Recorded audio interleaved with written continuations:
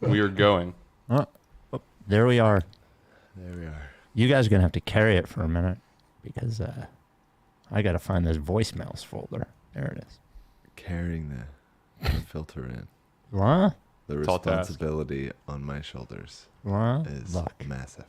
Look. CJ, what's new? What do you got? People, immediately takes the responsibility and gives it to CJ. Just checking in. Yeah. Well, I'm wearing my my Freedom to Love shirt, Josh Shapiro for governor, and I'm getting deployed at the end of the month. Oh, shit. Where are we going? So I'm going all over the great state of Pennsylvania, the Commonwealth, Pennsylvania, with Mr. Shapiro. They put you in a bus, or how you get around? Yeah, we don't know all the details yet. They got to figure out the team, but we've been like kind of setting up everyone on the team to like where they're going to go and stuff, because a lot of people are getting sent out to different states and such. So, but now I'm pretty confirmed that like the first week of November and end of October, possibly I'll be on the road. Nice, man. Me and Josh, open road. That's fun. What's going on in your sights? world, Mike? Yeah. See the fun. I like going places. I like seeing shit. Place I've never been. Even if I love it's seeing shit. I hate the process of travel. Yeah, I agree with You that. know what I'm saying? But driving around is not bad. Driving I agree. in a nice spot. I was gonna say bus. I was gonna say the opposite. So I love like going long distances. Like I was on the train from DC You the hate other day. seeing places. You love just He just loves going there. I was gonna say the opposite about driving. Oh, okay. So I was on the train from DC to Philly the other day. Oh yeah, train also. And at one point in the ride, we're like right next to a major highway, and I'm sitting comfortably on this train, relaxing, not having to worry about keeping my eyes on the road or anything. I look to my left, I see all these cars in traffic, and we're zooming right past them. I'm like, look at these idiots driving their death machines. And look at me. Wow. On this train. CJ, I love it. Yeah, I like being in a car. Even the traffic I sit through in the afternoon is horrid. Is truly, it takes a 29-minute drive and makes it an hour and a half. But if I'm sitting comfortably in my car, I'm all right, actually. I feel like you often talk about how awful that road is, like right out of work for you. How it's like the worst stretch of driving like in the country. Varick Street, yeah. The 4 blocks leading up to the Holland Tunnel is like a war. It's so fucking crazy. It's a war I don't want to be a part of. Fair enough. I just don't love sitting next to a stranger. There was no one next to me. That's good too. Rode it myself. That's CJ's good. a smelly guy on the train. That's right. Or CJ's not a... Okay, Mike, do you think CJ's a put my bag on the open seat so nobody sits there guy? Yeah. You think I am? Wow. I think on a if it's a packed train, I don't think he would do that. But I think on like a leisurely countryside, relatively empty spot, I think he's not inviting it. And I have strong opinions for those people. Strong opinions. Yeah, well, they're terrible. Yeah. All right, let's go. The Rights to Ricky Sanchez podcast is presented by DraftKings Sportsbook. Sign up for DraftKings Sportsbook by using promo code RTRS and brought to you by Adam Ksebe, Ksebe, the official realtor of the process. His cell is 302-864-8643. LL Pavorsky Jewelers, where Rights to Ricky Sanchez listeners go and get engaged, and Kinetic Skateboarding. Get 9.1% off your first order with promo code Dave Silver. On the show today, training camp has come, and there is a video floating around that may be Docaganda of Doc and James Harden. We will discuss that video and audio. Joel Embiid officially becomes a U.S. citizen a few months after I think he became French. So I guess he's both. We decide whether Zach Lowe should be banned after his Nikola Jokic defense in the last pod. And we are 2 days away from the Sixers' first preseason game of the 22-23 season. A quick note about South by Southwest. Brett, somebody said breast in the fucking chat, and it was in my head, and I said it. South by Southwest, fly the process this year, which is to Austin and San Antonio. We've been getting a lot of emails, and sent to Joe as well, about Well, can I book my own travel and still buy the package? And the answer is yes, of course. But what I would say is, if you are coming from the Philadelphia area, please just book it with Fans of Philly. Like they don't like make very much money on this entire thing, and it makes it easier and better for them if everybody like fills up all of the flights they've reserved and hotels they've reserved. So you're probably not going to save any money at all if you do it on your own. Now, if you're coming from somewhere else, whatever. But my humble request to you is, if you're coming from the Philadelphia area, please don't be difficult. Just book through, just come with the group and book as everyone else does. Kinetic Skateboarding. I mentioned we were sponsored by Kinetic Skateboarding today. Boy, I've mentioned it before and I'll mention it again. We're heading into kinetic season. First of all, as we get into winter, they are your snowboard headquarters as well. So if you're a snowboarder, you need a tune-up, you need a new board, whatever, you go to Kinetic. But the clothes at Kinetic, I believe, are made for the fall and the winter. The sweatshirts and hoodies, the sweats and pants, the sneakers, all of that stuff, just fucking great stuff that you are not going to find anywhere else, especially the sneakers you're not going to find anywhere else. Go to Kinetic even if you're not a skateboarder. I'm not a skateboarder. I shop on there all the time. Go to kineticskateboarding.com and use promo code DaveSilver for 9.1% off your first order. Without any further ado, Amos and the chef.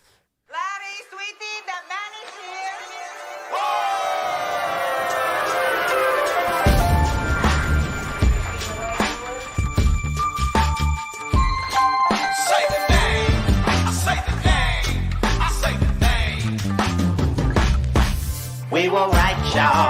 We were right.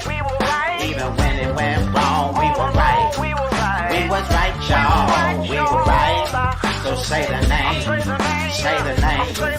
We were right, y'all. We were right. Even when it went wrong, we were right. We were right, y'all. We were right. So say the name. Say the name. Say the name.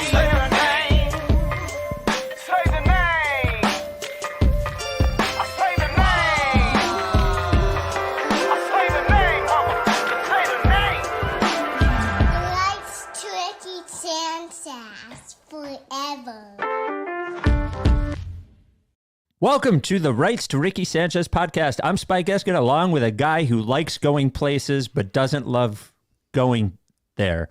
That is one Mike Levin. Hello. Here Hi. we are. Here we are. We're out so of close. August and we're into October. We're so close, buddy. We're so close to another season. The dread and excitement of another Sixers season with expectations. Can I ask your percentage, if you were to divide your feeling up between dread and excitement from a percentage standpoint, where are you feeling? I haven't fully gotten incepted by the training camp propaganda yet. Okay. That will continue. Okay. So right now I'm 30% excitement, 70% dread, but Okay. I think in about a week that will have flipped. Okay. 70%. There's a couple things I'm liking training camp. I'm not saying nothing is Right. swaying me, but we're not quite there yet before I become an absolute idiot. Before we get to training camp, and there was the first everybody get excited video, which I believe was the Doc Rivers James Harden video, which we'll get to in a second. I want to thank Zach Lowe for coming on the pod, spending an hour and 20 minutes with us at 10 o'clock at night. You could see it. You could see him fading toward the end. If you watched the pod, he was getting very tired. He did offer a defense of his Nikola Jokic MVP vote. He even, while he was offering a defense, tried to distract us by saying that we should be going after the Giannis voters, perhaps, and not him, the Jokic voter. I could see him withering away at my argument. I feel like my argument of fairness and just general reason. I think if you watch the video, you could see him be like, "Oh, actually, Mike's right." He might not have said those words, but his body was screaming it. So I can't remember if we banned Zach after he he voted for Jokic. What do you think Zach's status on the pod is? Is it a sharp level ban where he is banned, but he's still on the podcast 2 or 3 times a year? Is he banned? Is he not banned at all? Where do we put Zach in the sort of banned spectrum? I mean, I don't have a handle on what banning someone means if they are allowed and welcomed and thanked for on the coming podcast. On yeah, right. the podcast, yeah. Okay, that's fair. So the list of like who's actually banned. What is that? Who's on that list? Yeah. Okay, so Doris Burke is banned. Andrew Sharp is banned. But Sharp's not banned. No, he's banned. He's on the list. But he's on the who's banned from coming on the podcast? Okay, Doris Burke. I think Bill Simmons is banned. Yeah. I think. Jesus Christ, I can't remember. Yeah, because like Kevin O'Connor was banned and then unbanned. Like, right? We got lax. Danny Chow, I believe, was banned. Danny's out of sports media now. He's still we banned him. We kicked him right out of the. I miss Danny. Anyone else? I'm trying to remember. There's the one secret ban. There's the secret ban, which people have guessed. I will say people have guessed correctly and incorrectly in emails and DMs about the secret ban, which has never been revealed. I don't even think it's ever been hinted at. Because the secret ban is yours. Doris Burke is definitely yours. Yeah. Danny Chow was your ban. Sure. A ban with love. Bill Simmons is a group ban. Yeah, but I think more me. Right. Well, remind us if there's anybody else that we banned. Yeah, because I did a whole at the last live show. I believe I did a whole poem about the banned list, and I have the art somewhere. I'm sure somebody watching on YouTube has it.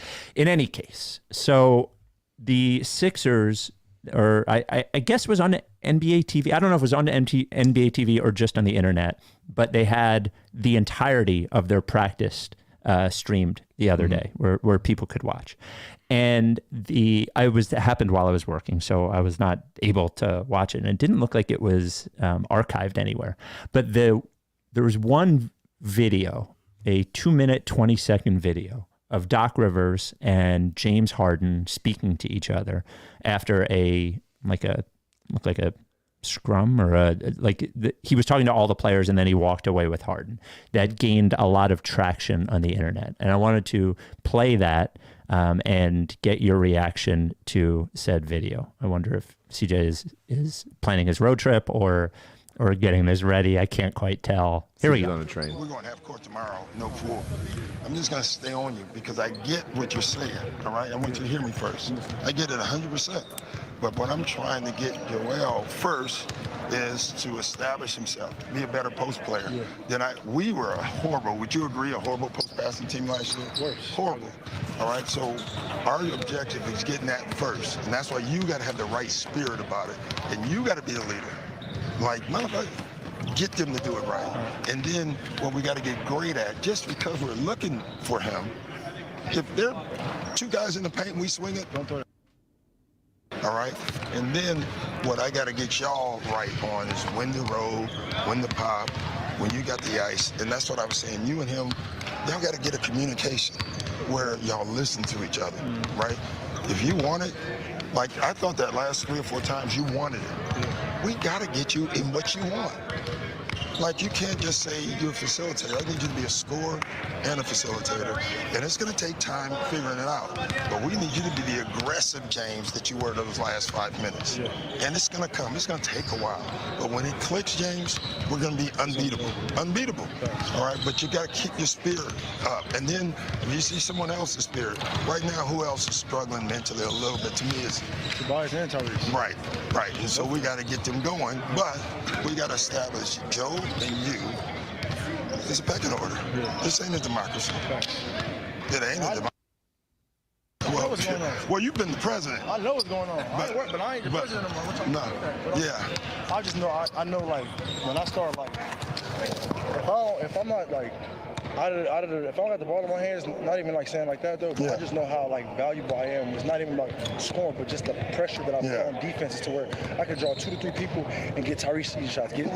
Even get Joel 8 points a game without having to do all that. I have to fight for it. You know what I'm saying? And that's when y'all going to get to the point where that's natural. Yeah. Right now everything is forced and unnatural. And everybody feel like they're trying to go get it. Yeah. And the only 2 I want to try to go get it are you and Joel. Yeah. The other ones we will figure out. All right. Get it off us.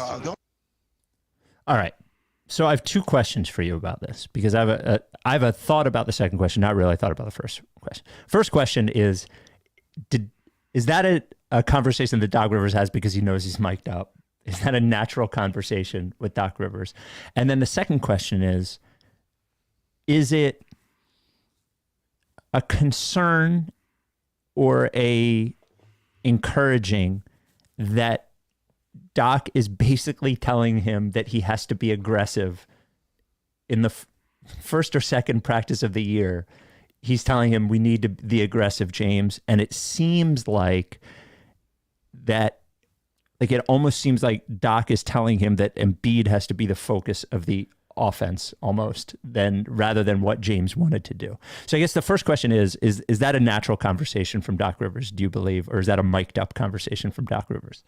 Yeah, I mean, I don't know that you can extricate it from the fact that he is mic'd up and he's aware of that. And so maybe there's things that he's not saying that he would have said otherwise. But I don't think this is a conversation that like makes him look like crazy good. I don't think he's saying like, he's not being like, and look, I donate to charity all the time and I give people, I'm kissing babies. He's not just like, this is is an on topic conversation to have. And I think necessarily like, this is just very emblematic of Doc to me. Like this is what makes Doc, I think, a coach that some players really like to play for, and in some ways is frustrating because of the like old school nature of it. And I think Doc like simplifies the game in a bunch of ways that some people like, and some people I think make him beatable in the playoffs and stuff. I really liked what Harden said about what I've been asking for for years is like getting Joel like 8 easy points a game. Like those kinds of like without him, and Harden like did the impression of like doing like the back to the basket like shimmy. It making it easier on Joel and getting him easy looks is the thing. So that was, I'm happy to hear that. I'm happy to hear that he's thinking about it. But I wasn't concerned about like the aggressiveness. I think this is early in practice and going like Harden's trying to get everybody involved. And I think Doc is trying to like already set the tone for like what the offense is going to look like. And when all 5 of them together, I think Doc wants him to be a threat. And Harden's right. He does draw the defense. I don't know if he does it anymore as much as he used to. Right. But that wasn't, I wasn't necessarily crazy concerned or crazy impressed on either end of it. I think that's all fair. The thing that I think will be most interesting, and the thing that stuck out to me, and that any NBA team that has essentially two primary scorers, which is what the Sixers have, or 2 players who are used to being primary scorers on their team, and the focus of the offense, is that Embiid has been basically the sole focus of the offense for the entirety of his career. And James Harden has been the sole focus of the offense for the entirety of his career. And James Harden is so used to both players, the entire offense sort of like him being the sun in the offense, and the like everyone else sort of like circling around James, and everything goes around about James, and whether he has the understanding of where he is in his career, and it can't quite be that way anymore with him just sort of like standing there and in an ISO or a pick and roll drawing and blah, blah, blah, blah, blah, like, because he can't really do it anymore. I think we would all agree. We think he can't be that sort of guy anymore. And second, whether he like is capable of doing something other than that and being useful on the floor. Like, obviously, if the ball gets kicked out to a wide open James Harden, who's not like super comfortable off the catch or whatever, but like this seems like a fine play or cutting or whatever it is. But this is not like any other offense he's ever played. Like Joel Embiid is different than every other player he's ever played with in his entire NBA career. And I just wonder if his brain at this point in his career is ready for that reset. And I think it'll take a while. It won't be like supernatural, but the mix of like what the offense is, I wonder if they're both patient enough and in enough to let the other one like sort of take control sometimes. Does that make sense? Yeah, I mean, well, I think last year was a good, at least, taste of that.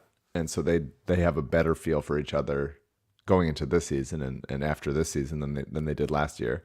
And so I do think that they'll settle into something that feels like a rhythm and a pecking order and who eats and all that kind of stuff. Yeah, I mean, I want James running pick and rolls. I want Maxy running pick and rolls. It's when Harden doesn't have the ball in his hands that we are concerned about. What is he doing? How's he impacting the game? Is he willing to make quick decisions off the catch? Or really quick decisions at all, because he just we don't want him sludging down the offense and standing still a lot, which I think he used to do to like conserve his energy. But now it's like, well, we don't need you to. I'd rather him play like 32 minutes and like keep it moving, right. And just keep the keep the pressure on, keep the ball moving, that kind of thing. I did like hearing like, yes, the Sixers last year and every year have been a below average to frustratingly terrible post-passing team, to the point where in the playoffs, they couldn't even make an entry pass to Joel, like over and over again. And that was horrendous. And so, maddening, horrendous, like trying to find ways to get Joel the ball, like you got to make them pay for doubling and for being long. I think Toronto made it especially hard on them because of how long and fast and rangy and switchy they are. But like we got to be able to get, like, that's on Joel to like establish better position. That's on the team to make them pay when they're like pinching down and helping out too much on the post. Like, and the Sixers just didn't do it enough last year. You got to be able to make an entry pass. So I'm glad that they're talking about it, and hopefully like guys like B-Ball Paul, who's covering Embiid in practice, and Melton, who's going against the first team, obviously, and Matisse. Those are the kinds of players that you'd want to practice against, of like deny the ball from the post so they get better at it and stuff.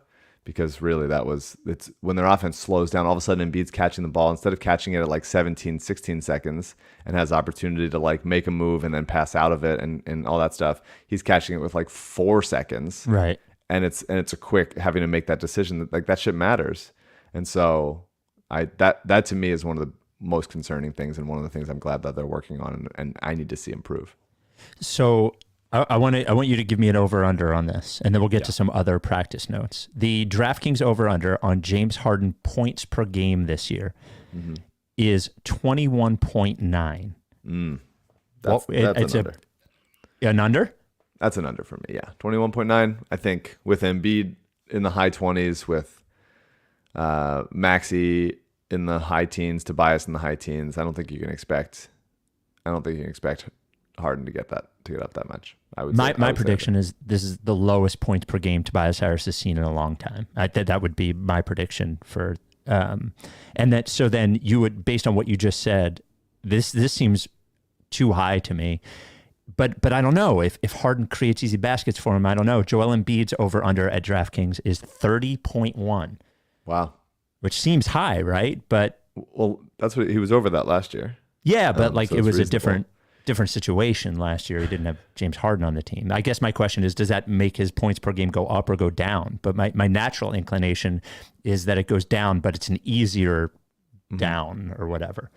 Yeah, I would say last year he wanted the points title, which is very cool that he got it, to be a center to lead the league in scoring, like we talked about with Zach. But Embiid is not only one of the best, if not the best defensive center in the league, he also led the league in scoring. Like I know that that's a very like back of a baseball card way to talk about it, but like leading the league in scoring just fucking kicks ass. It's Joel Embiid. He's our guy. And being a great defensive player, like that's just easy. It's an easy way to tell if somebody's good. Or even the MVP. So I would say under, because of how rare it is, and I think that he will defer a little bit more and try to rest a little bit more to make sure he's healthy and ready for the playoffs. DraftKings also an official sports betting partner of the NFL. if you're a new customer, bet $5 on any NFL team to win, you get $200 in free bets. It's easy. Any NFL team to win and get $200 in free bets. I am the Eagles, by the way, are -6.5, which I felt like a little strong to me with how Jacksonville's like playing well this year and like the Doug Bowl and all that. Like, I don't know. I've seen I saw a stat site say that like the Eagles should be 10-point favorites. I don't know. A little nervous. Anyway, again, use code RTRS for $200 in free bets if your team wins when you place a $5 bet on any football game. Code RTRS only at DraftKings Sportsbook, an official sports betting partner of the NFL. Minimum age and eligibility restrictions apply. See show notes for details. So I went through Kyle Neubeck, thanks to Kyle Neubeck, Philly Voice, for his notes on the practice. He did mention, and I think this point came after that. He said the most animated moments of the practice came as the top unit struggled to find ways to get Embiid the ball with 4-out basketball. And Rivers drove this point home for what felt like most of an hour during Thursday's practice, with the head coach having numerous conversations about the problem with individual players. During an extended conversation with Tobias Harris, Rivers specifically brought up Philadelphia's post offense compared to how things run in Denver, even mocking Nikola Jokic's running style as he noted how the entire Nuggets team is bought into doing what it takes to move the ball and find their center. By comparison, Rivers said the Sixers do a whole lot of standing around and waiting for Embiid to be more open than he needs to be. Boy, if they could fix this one, like, honestly, because he's unguardable when he gets the ball. Like, he gets the ball like 12 or 10 feet from the basket with 15 seconds left. It's just fucking impossible to guard him, Yeah. I think a lot of that is that just the kind of player Jokic is, like, because of the kind of passer he is, his teammates, to Doc's point, bought in and will do what it takes, rather than since Embiid was playing in the post for Brett Brown, like, it was like, let's just make it easy on him and everyone stands still. And it just feels, I don't know, like the difference between when Ben used to post up for Brett, it was like, okay, guys, we're moving a little bit and like we could find him, and Ben has the vision and he's tall enough to see that kind of stuff. And Embiid, it was just like, don't bring anybody over. Right. And I don't know. They just, I mean, he led the league in scoring last year. So, like, obviously it worked in some sense, but like, it's never felt like, God, they are with, Embiid gets the ball in the post every couple, he's never going to get the ball in the post every possession, but like Embiid gets the ball in the post a lot and they are just like punishing them.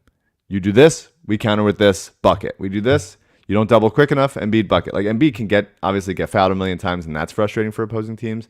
But I feel like they never just quite gotten into like a great, like, championship contender with a big man as the focal point of your offense. I feel like they've never quite gotten to that echelon that I think they should get to.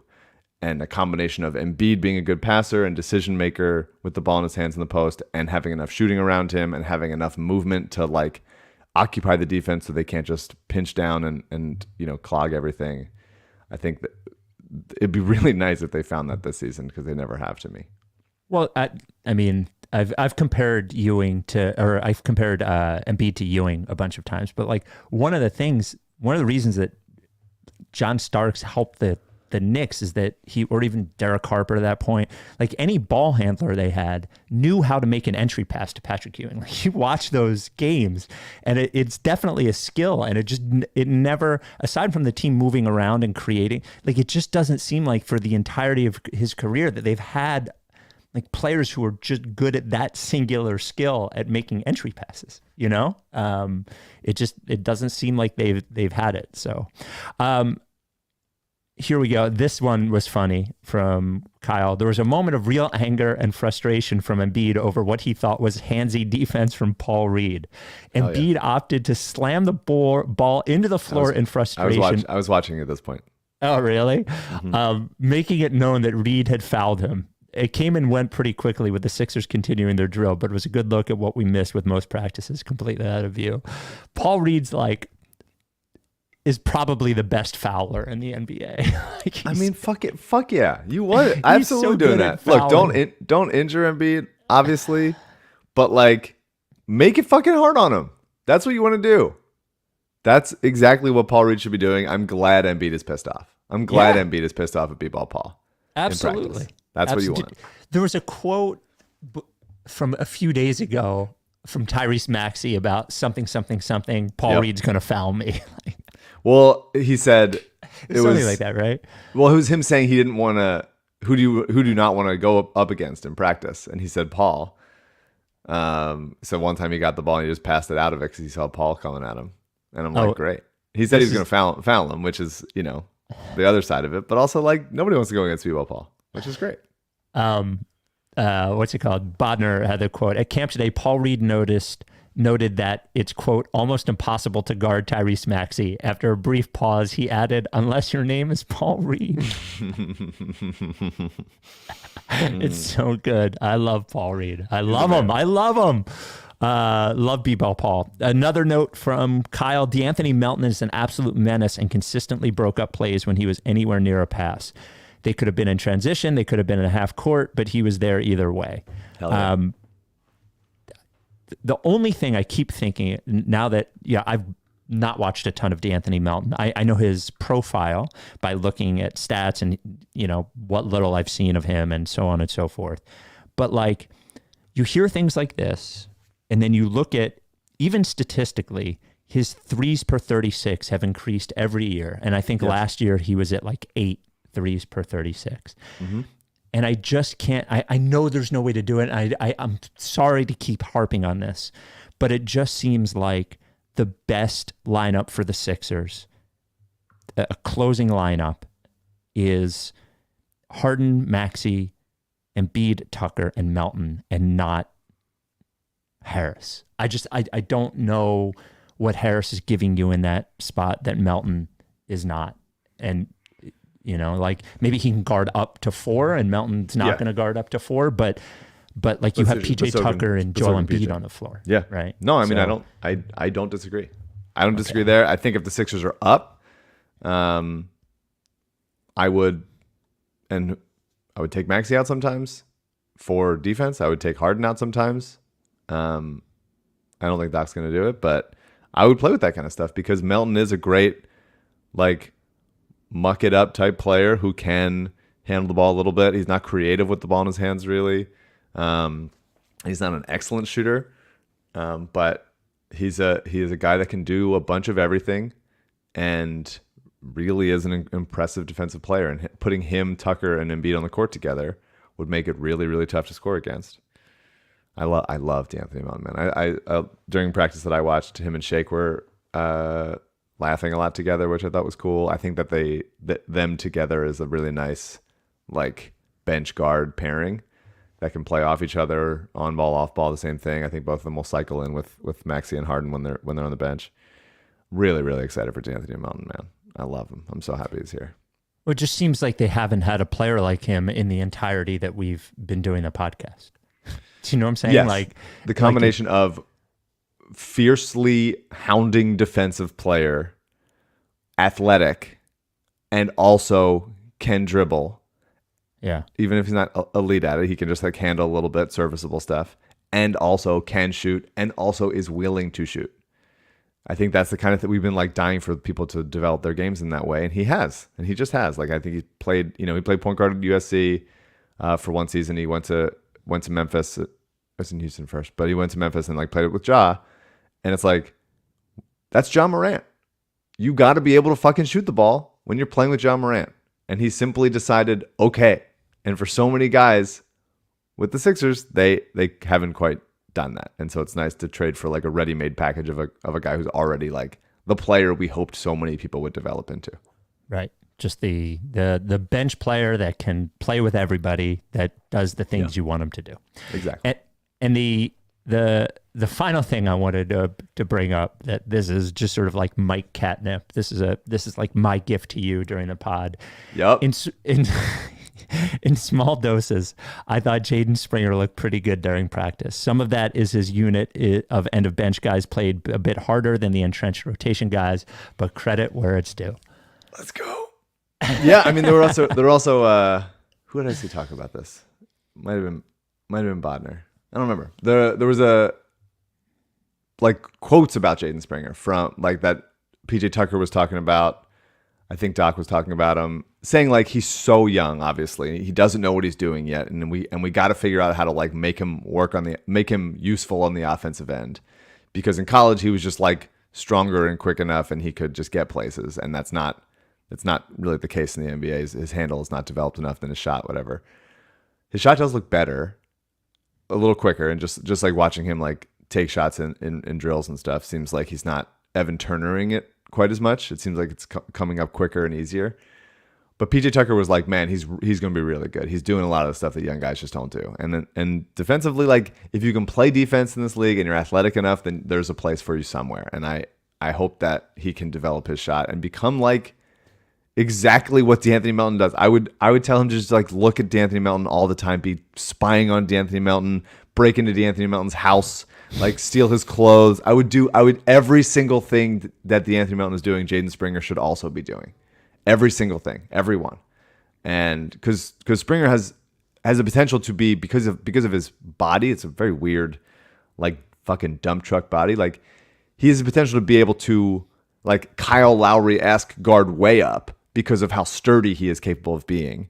He's also a better passer than Melton is. So like there's just a lot of potential there. Obviously the shot needs to be so much better. Obviously the handle needs to be so much better and more confident. And he needs to just like generally have a clue of what's like how to exist in an NBA basketball game. But when he doesn't have the ball in his hands. But man, any positivity, I'm fucking diving in. I'm happy to take it. I am happy to take it. One last point per game over under. DraftKings has Maxey at 18.8. What do you think? Yeah, I mean, they all seem high. They all seem high to me. Because I think that, I mean, maybe if guys you probably like bet on one games, and then fade, then they'll like bet one over and then bet the other two under. I think is the right move, right? There's no way all three of these guys go over. I think it would depend, like on the kind of thing where, say, Embiid misses 15 games, sure, then obviously Maxey and Harden's points per game during those games will go up. But if we're assuming health, it's hard for me to imagine that Embiid is over 30, Harden is over 21, right? 21.9. Then Harden is over 22, and Maxey is over 19. Yeah, I agree with you. It's just hard for me to get there. Also, my last thing is, yep, everyone's complimenting Matisse a lot. Yeah. So I don't know if they're talking him up for a trade. if Embiid is doing like some front office gamesmanship, but everybody's talking about how much better Matisse got and how hard he's working, how much he's in the gym and stuff. And I did see one Matisse drive and kick that I was like, oh, that looked like how an NBA player drives and kicks. And so I didn't say it was truly one play that I saw him do that, but between that and the quotes, it'd be helpful if he was better. It would be helpful if he was better, whether it's for a trade or for like playing, 15, 20 minutes a game as a useful player. I actually want to keep talking about Thybulle for one more second. Hold on. Adam Ksebe, the official realtor of the process, Ksebe. Adam is the king of the Delaware beaches. King of the Delaware beaches. You were thinking about a beach home? Don't go to Jersey. Go to Delaware. You're thinking about getting a realtor? Get Ksebe and his team over at Long and Foster out in Bethany Beach. They'll hook you up Bethany, Lewis, Rehoboth. I can never remember the young kid one that I don't go to. Dewey, is that Dewey Beach? Yeah, that is Dewey Beach. He's the one. And it's an interesting housing market right now in that, there's fewer houses out there. There's less people trying to get them because interest rates are higher. So you need a great realtor. You need somebody who's going to know about these homes before anybody else does and who's going to lead you in the right direction. Ksebe is the person to do it. Adam Ksebe, Ksebe. And I said Delaware rather than Jersey. Well, first of all, I think there's better options in Delaware. Like I love the vibe in Delaware, but the property taxes are like 10% of what they are in Jersey. I'm telling you, Delaware is the place to go. Also, if you want to sell a home, Delaware, Maryland, Adam Ksebe and his team can take care of you. But if you're looking to buy or sell a home in PA, New Jersey, New York, any other state, you don't have a realtor that you trust, go to Adam Ksebe and he will find, he can't buy you a house, help you buy a house in New York. But what he will do, or PA, is he will find the realtor for you. He goes and he interviews them, talks to you, finds out what you need, then he interviews realtors and finds the best one for you. He's just the only realtor you need. 302-864-8643. 302-864-8643. That is his cell. Call or text him right now. I bet he answers right away. Or adam@processrealtor.com. Adam Ksebe, that is Ksebe. AU wrote a thing about Thybulle, and Thybulle was sort of like the apple of the fan's eye prior to Maxy. He was like the young player that everyone was just so positive on. And then it, for a number of reasons, it definitely has fallen apart. It does seem like, Ben aside, Simmons aside, the fall from grace for Thybulle, even putting aside the unable to play in Toronto, but just like his overall play has been like probably in our 9+ years of doing this podcast, I think like the biggest fall from expectation to reality that we've had. Like his first 10 games, it was like, man, who needs like Covington and blah, blah, blah, and this guy and blah, blah, blah. And his inability to get any better at all has been stark. And it's just been interesting to see what our expectations were and then what they've become with him. Yeah. I mean, it's the same thing with Ben. Like, yeah, I am obviously, if you listen to this podcast, I'm very optimistic about prospects. I'm very optimistic about guys carving out a role and doing what they're like exemplary at and continuing to improve the other stuff in their game to where they are at least capable of hanging. And Matisse just didn't do that. Like, he hasn't done it. He hasn't gotten better as a shooter. He hasn't gotten more willing as a shooter. He hasn't got better as a handle. He hasn't like figured things out much. And his defense, the pick sixes and stuff are awesome. The blocks from behind are awesome. They're great, but he hasn't like, too often he lets a guy go by him and thinks he can just recover. And you want to see a little bit more of what DeAnthony Melton does, which is like bodies guys up and like doesn't let anybody go anywhere. Matisse and Melton, by the way, have a rivalry that goes back to the Pac-12 when Washington and USC and Matisse won Defensive Player of the Year that Melton is still pissed off about, which is great. And same thing with Ben. Like, if you have weaknesses, it's fine to have weaknesses. It's just we have to see you working to overcome them. Sure. And Embiid, when you look at Embiid and see how much better he's gotten, when you look at Maxy and see how much better he's gotten,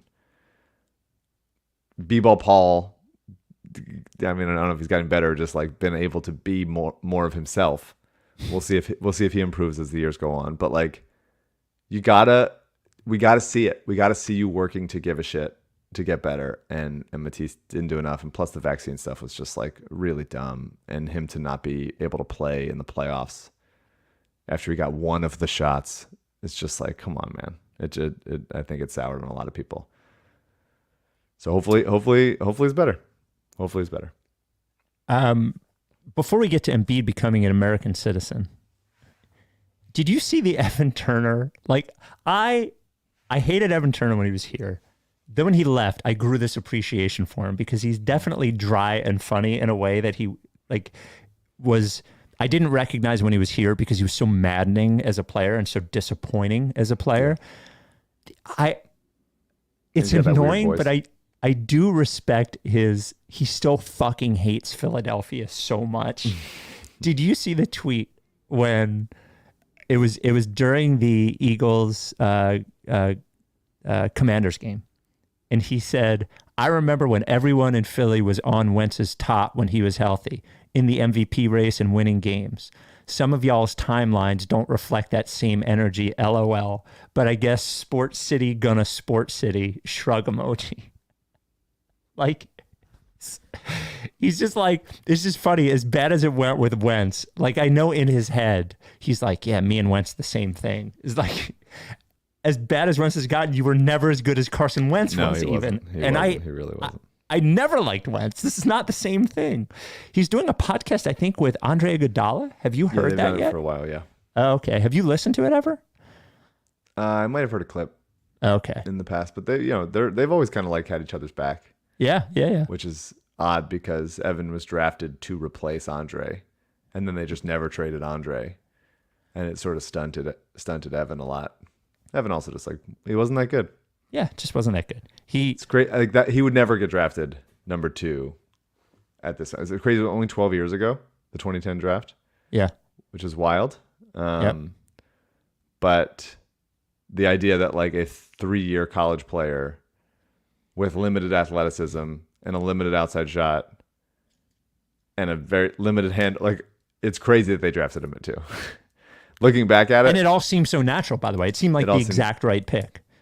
Yeah, I mean, reportedly that Doug Collins wanted Derek Favors, which would have been another fine. Like he's had a fine career. Just got traded in the most disappointing 8-player trade of all time. Yeah, so strange. Yeah, I wonder if there was more. If Favors would have went someone else, if he would have had more upside. Now he's just like obviously like a veteran role player type, better Amir Johnson kind of thing. But when he was younger, he definitely had, especially defensively, a ton of potential. Sometimes there's just not good draft classes. I mean, Boogie was there, but also had his weaknesses. Yeah, drafting Evan at 2 wouldn't happen. I mean, Wesley Johnson that high, like it just, you got to be good at stuff. And then the past is kind of just like, oh, you're putting up numbers in a big school, like that's good enough for us. Yeah, he was Naismith Player of the Year, right? Evan Turner was. Mm-hmm. Joel Embiid. This is from ESPN. Born in Cameroon, Embiid said Thursday, and there's in this article, hidden is a nugget that is more important than all of this. But Embiid said Thursday that he was sworn in as a U.S. citizen 2 weeks ago in Philadelphia. The NBA scoring champion and 76ers All-Star center said his family, Embiid and his Brazilian girlfriend, Ana de Paula, have a 2-year-old son, played a pivotal role in his decision. I've been here for a long time. My son is American. I felt like I'm living here and it's a blessing to be an American. So I said, why not? When they asked him about playing for the U.S. in the Olympics or other international tournaments, he said, I just want to be healthy and win a championship and go from there. This was a question that we had brought when he got official French nationality status like 2 months ago. Are France and the U.S. going to have to fight over Embiid in the Olympics as we both beg them to stop and not have him play for either? Yeah. Like, what are we doing? No. Us in between being like, okay, nobody gets him. Yes. No one. Maybe we should start a country and get him to become a citizen of that country and tell him he can play for us and then just not send the team. Let him coach. He can coach. He can hang out. No, I don't want that at all. But Embiid is my favorite athlete of all time. I want him to be happy so bad. I care about him so much. All time. Just the absolute best. I would turn violent against anyone trying to harm him. I love this man. I want him to have everything he wants. Him and his kid and his girlfriend, right? He didn't get married, right? Right, correct. If he wants to be American citizen, if he wants to be French citizen, God, I'm just so happy for him. Like what I was saying to Zach last week, missed his first 2 years of his career. Yep. Seemed like he was never going to play. Like it was a realistic thing to think he's never going to play. It was realistic to believe that. Very realistic. I remember being at Summer League and getting the news that he's out for another year. Like he had a really, really rough time in a bunch of ways.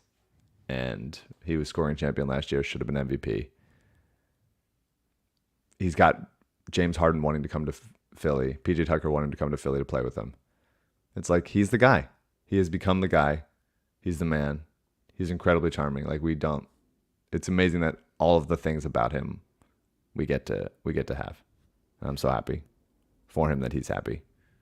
Now win a fucking championship. Let's go.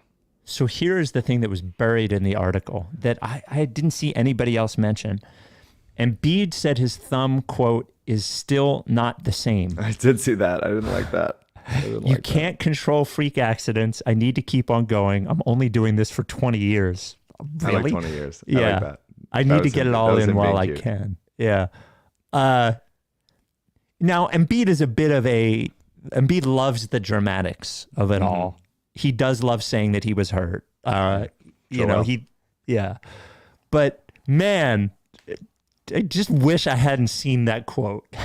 Yeah, it's gonna be him. Like anytime he gets hit, just like holding his hand again, holding it so tight, and you're just like, "What's going on, man? What are we doing?" Yeah, because it went from being like prohibitive last year, and then it just sort of like disappeared in the playoffs. It seemed fine, completely fine, and then it was back again. I was just like, I fucking hate it, man. I truly hate it. If the Sixers win one championship with Embiid, yeah, let's say it's just one. Just one. Yeah. Let's say it's just simply just one. Okay. They put up like he gets a statue, right? Like right outside. Yeah. For me, absolutely. Yeah, I think so. I think if he gets a championship and like there's no following like weird, turbulent 3 years where he like if there's nothing ugly after the championship, yeah, I think so. I mean, he ends up being probably their best player of all time. If he went, I think you can talk about whether he's better or not than Iverson, Dr. J, yada, yada, yada. But in terms of like greatness as a Sixer, those two have him beat, just in terms of like legendary status. Mm-hmm. But I think if Embiid wins the championship, I think he just becomes the best Sixer of all time. I think he gets a statue. I think that's fair to say. That'd be awesome. I would give him multiple statues. I would rename the arena. The Embiid, no matter where it is. I don't care. Yeah. LL Pavorsky Jewelers, 294 we're at. Rights to Ricky Sanchez listeners who have purchased rings from LL. LL sent me the note the other day that we were up to 294. Is actually, should I say this? They have not done, I'm just making sure. 294, very close to 300. If you're thinking about getting engaged, it'd be nice to get that number 300. Clean number. What are you going to give number 300 straight from Mike? Big smile. Good job. I'm not going to say any more information, even though Lee gave me more information about this person, because it doesn't look like they're engaged yet. I don't know if he makes his potential fiance listen to the pod, whatever. But congratulations to number 294. It's really a fucking crazy number when you think about it. 294 Rights to Ricky Sanchez listeners getting engagement rings from LL. And it speaks mostly to LL's just greatness. You can't walk into that store. Let's say you make an appointment for engagement ring. You walk in, you talk to LL, and it's just so comfortable and so like honest and like caring. Like it's just genuine. And most of the jewelry buying process in other stores is not that way. Everyone who goes in and talks to him ends up buying a ring from LL. You can't go anywhere else. That's how you stay in business over 30 years. And that's how you sell almost 300 rings to Ricky listeners. It's amazing. Also a supporter of our Providence Animal Center Bark in the Park team. Love LL.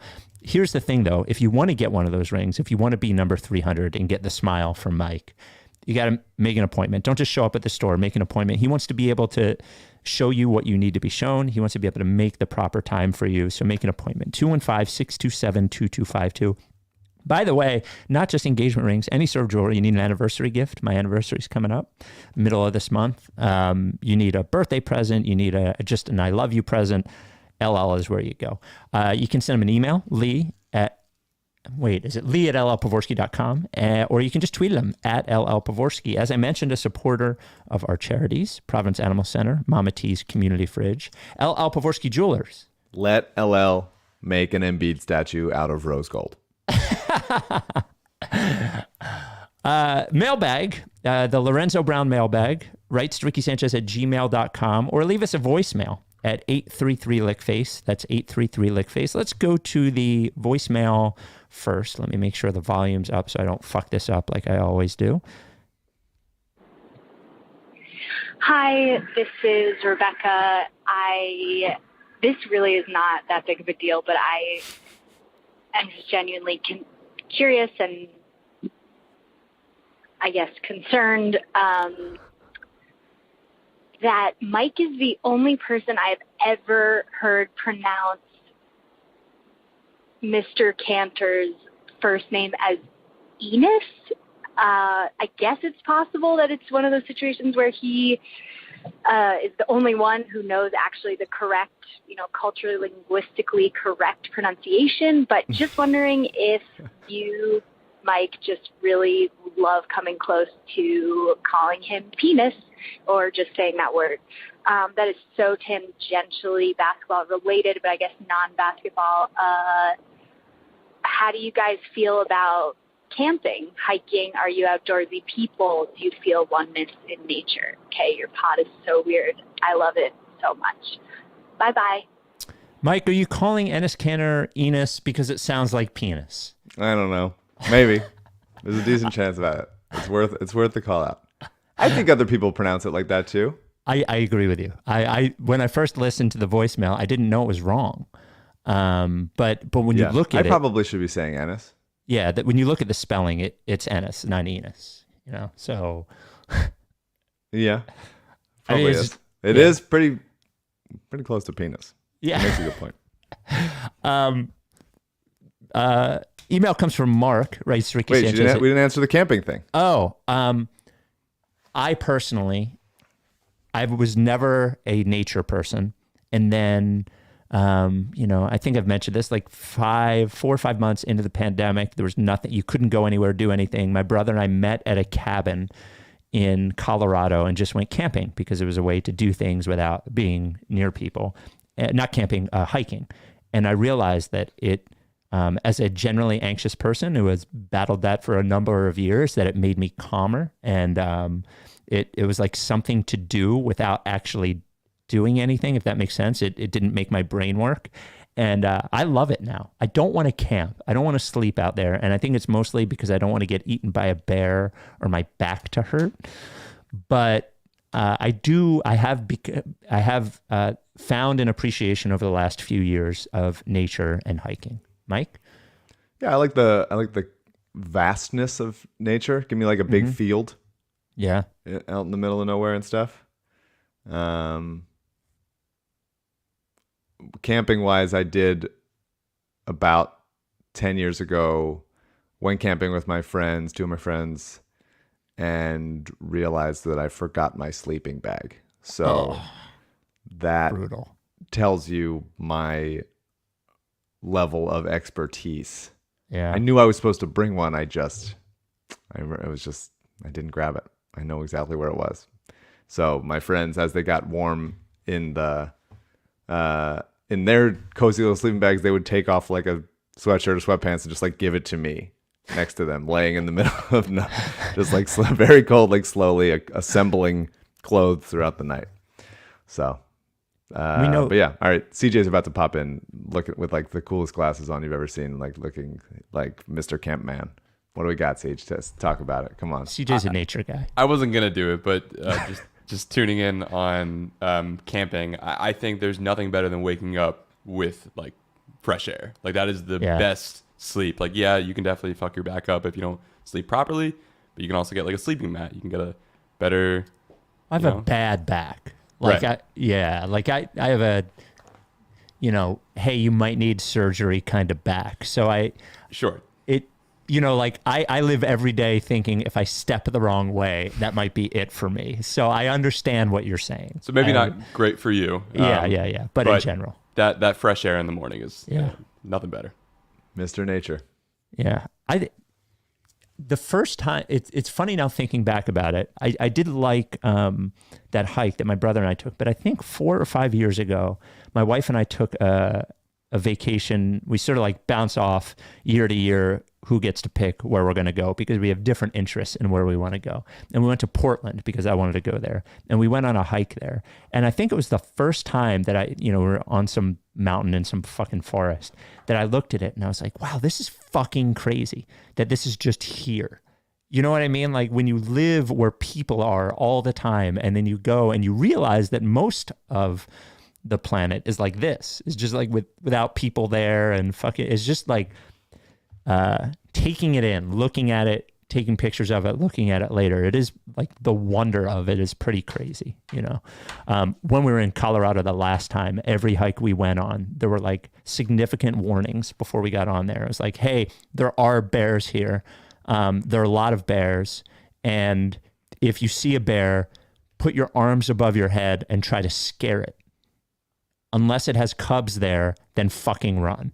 Like, the warning was just like, there's no way if I saw a bear that I'm going to convince myself that the best thing to do is scare the fuck out of the bear. It's just, there's no way. I know it's not going to happen. Yeah.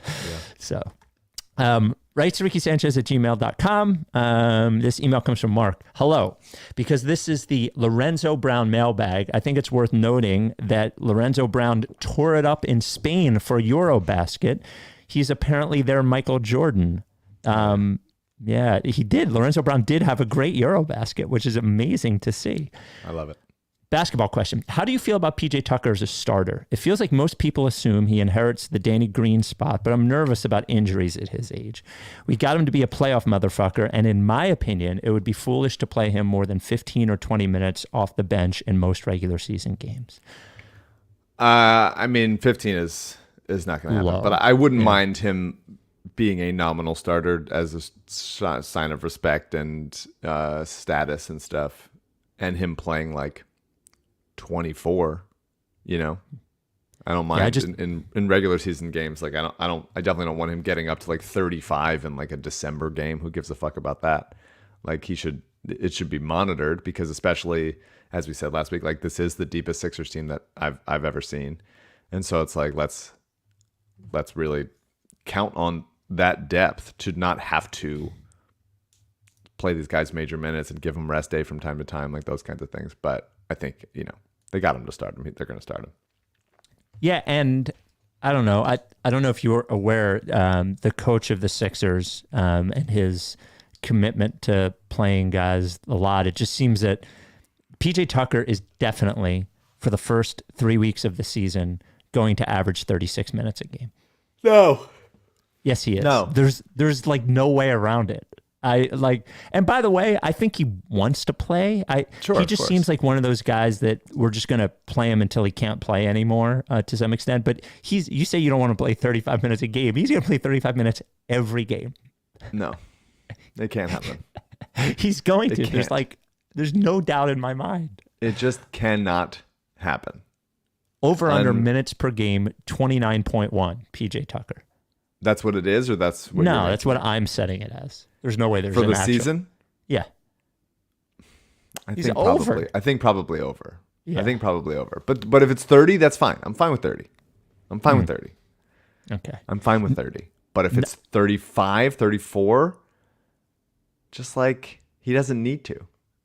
He doesn't need to. He doesn't. Non-basketball question. If you were having a guest over for dinner, what's the most impressive thing you are capable of cooking them? Alyssa's a better cook than me by a lot, but I'm good at breakfast. I'm a good breakfast guy. So when she'll have friends over for breakfast, and I will cook for everybody, and it makes me feel good. Makes me feel nice. I am a good omelet maker. I would say that my favorite thing to cook that seems impressive but isn't really is this pasta dish where I make the sauce. It's basically like a sort of an Alfredo sauce with no dairy in it. So it's like based with avocado, basil, garlic, pepper, and then you use bucatini, which is definitely the best pasta. It's fucking awesome. Maybe throw a few Kalamata olives on there. It's very easy to make, but it seems impressive and it looks good. I do have a quick coaching story. Speaking of is it Mike coach? Me. It's me as head coach. We did improve to 2-0. Yep. Which felt great, to be honest. It was a tough game. The other team was hitting a bunch of shots, so battled back. And the story is, oh boy, at one point, I just, as the ref was walking by to go to like continue the game, I just said, "Hey ref, watch their physicality," because they started on drives getting a little bumpy, a little bit, you know, just slapping hands, that kind of thing. Wait a minute. And so I was like, who want the refs to let everyone play are trying to work the refs? Hey, I'm helping my team out, man. I'm trying to do what it's got to be. So I said, "Hey ref, watch the physicality." Truly, did not raise my voice, was not berating him, was not being a dick. I said, "Hey ref, watch the physicality." He stops the game to say, "Don't tell me how to do my job." Oh, and I'm like, man, I'm just asking for calls for my team. He's like, are you an accredited high school referee? Oh, shit. And I'm like, no, I'm just asking for the calls. Just make the calls and we're fine. And he just kept doing it. And Alyssa's friend was there and he was like, truly, it seemed like you were being so polite from the other side of the court. I wasn't like getting in his face. All I was just being like, yeah, man, I'm just asking for a call. Like, that's it. Just asking for a call. And this guy was so on such a power trip that all fucking referees are on. And especially when they're refereeing, at least in my experience, women's games, that they feel like women have to act like little like Catholic schoolgirls, that you mustn't say anything bad to the Mr. Referee, big bad referee. And he was just like, he also had like one of those gator masks that at this point is like, what are you wearing a gator mask for, man? Like, you're pulling it down. Like, that's not doing anything. He's just such a loser. I also saw this ref like shoot with like a kid that didn't want to be shot with. And like he airballed, like, and the kid was like, wow, very look at you, just disgusted. fucking obliterating this guy. This ref fucking sucks, man. He doesn't give a shit at all. He doesn't care that like the players give a shit. He just wants to be like respected with his little bitch whistle. Like, fuck this guy. I hate this guy. Wow, this fuck is refs. really the Refs are Operation bad. Flagrant Foul. This is Operation Flagrant Foul. He's awful. I hate him. I hate refs. I hate him. I hate refs. Wow, this ref turned you into an anti-masker. I never thought I would see just that. the gator. What is that doing? What is that? I mean, look, if it's like 2 years ago, you could wear that. But like, what are you doing? That's a fake thing at this point. But yeah, are you an accredited high school referee? No, man. I have morals. Wow. I have a higher opinion of myself than that. Moral issue. Accredited high school referee. They must be just giving out accreditations to fucking everybody then, because you blow at your job and as a person. Whoa, Awful. You're attacking him as a person? Are you saying As a person? Absolutely, he's a ref. Do you think it's possible he was on the take, sort of like Donaghy? No, I don't think that there's enough money involved to be betting on recreation LA women's leagues here, but I think this is pure, like, not he's not compromised by any money or any anything like that. He's just compromised by his own piece of shittery, just like being a total like prideful dick. Yeah. Final question. Accredited high school ref. Fucking blow me. What a loser. Oh my God. I hate him. I hate refs. I hate them. I wasn't even being bad. Well, I wasn't being like, come on. I wasn't like yelling at him. I said one thing. Hey man, watch the physicality. I wasn't. That's all I said. Hey ref, watch the physicality. That's it. Just be mindful of it. Final email comes from JP. Hey Spike, Mike, and part-time groupie Protecting CJ. my team. 2-0. Doc Rivers better watch himself because I am hot. Actually, voicemail 833 Lickface is the number. Hey guys, it's John from San Diego. What song do you like best? Here Come the Sixers or Fly Eagles Fly?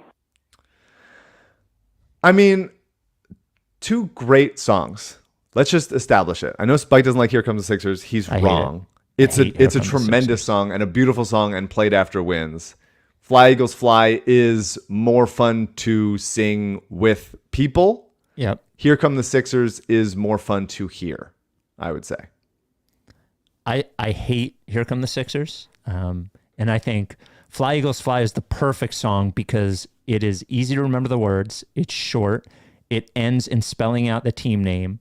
And also it fucking irritates the fans of the other team. Sure. Like really bad. So, but Here Come the Sixers is indisputably a better song. It is.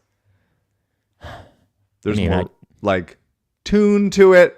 There's more musical talent to it. Fly Eagles Fly more fun to sing at the game. Here Come the Sixers more fun to hear as you're walking out feeling good. Basketball question: can we refer to outrageous dunks as quote throwing it back from now on? A nod to the fat ass white girls who are throwing it back in the tweets that talk like. I wasn't sure what that was referring to. Sure. Yeah. All right. We will talk to you Wednesday night after the preseason game. The first preseason game is Monday. I think we are it's been undersold because people are looking to the regular season game that Monday is against the Nets with Ben. Interesting. Yeah. And then we will do I am right? I'm 99.9% sure. Hold on. Yeah. Sixers Nets at 7:30 Eastern. So, and then Wednesday night, we will do a pod after Sixers Cavs. So we have basketball. Let the excitement and dread battle for your soul. We will talk to you Wednesday night. Are you down with TTP? Yeah. Lick face.